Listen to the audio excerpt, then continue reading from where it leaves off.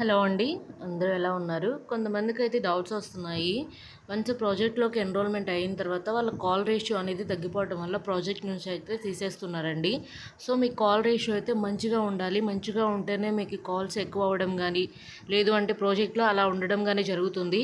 లేదు అంటే మిమ్మల్ని మాత్రం కంపల్సరీగా ప్రాజెక్ట్ నుంచి అయితే తీసేస్తారు. ఫర్ ఎగ్జాంపుల్‌కి నేను ఒకసారి చూపిస్తాననమాట. వాళ్ళు ఏ క్వాలిటీ చెక్స్ అనేవి చేస్తారని. ఒకసారి మీరు చూస్తున్నట్టయితే నేను ఒకటి ఓపెన్ చేస్తున్నాను. అక్కడ చూసారు కదా, పాస్వర్డ్ 14 అని కనిపిస్తుందా మీకు? నేను ఇక్కడ జూమ్ చేస్తున్నాను. అంటే నాకు కన్వర్జేషన్‌కి ఏమైతే ఇచ్చారో అక్కడ మీకు కనిపిస్తుంది చూడండి. పర్టికులర్‌గా నాకు పేమెంట్ ఏమో నేను మాట్లాడిన దానికి $1.91 అయితే వచ్చాయి. 14 మినిట్స్ దాదాపుగా మాట్లాడాను. సో, ఇక్కడ పాస్వర్డ్ చెక్, క్వాలిటీ చెక్స్ ఉన్నాయి కదా, మెయిన్‌గా ఇవే మనకి కాల్‌లో క్వాలిటీ చెక్స్ అనేవి పాస్ అవ్వాలి. మీరు ఒకసారి చూస్తున్నట్టయితే 14 పాస్ అవ్వాలండి. లేదు అంటే మనకి కొంచెం రెడ్ మార్క్ అనేది కనిపిస్తుంది. ఇక్కడ మనకి లాంగ్వేజ్ ప్రొఫిషియన్సీ చూస్తుంది. మనం తెలుగులో ఎలా మాట్లాడుతున్నామని. ఇనోపరేటివ్ లాంగ్వేజ్ అది కూడా చూస్తుందండి. అండ్ ఇంకా అదర్ ఇష్యూస్, మన ఆడియోలో ఏమైనా డిస్ట్రాక్షన్స్ ఉన్నాయని కూడా చూస్తుంది.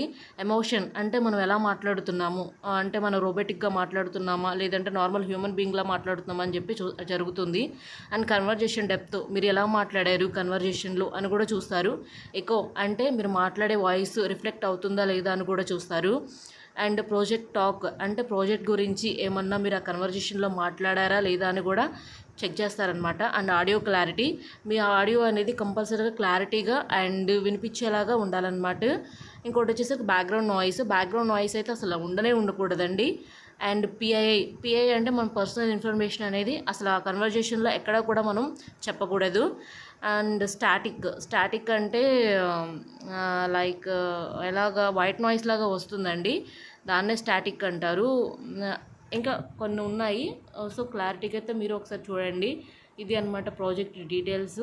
సో, తెలుగు ప్రాజెక్ట్లోకి వెళ్తే కనుక ఇలా మనకి వ్యూ ప్రాజెక్ట్ కాల్స్, మనకి ఎన్ని కాల్స్ డైలీ ఎన్ని కాల్స్ లిమిట్ ఉందో కూడా మనకు తెలుస్తుంది. Thank you.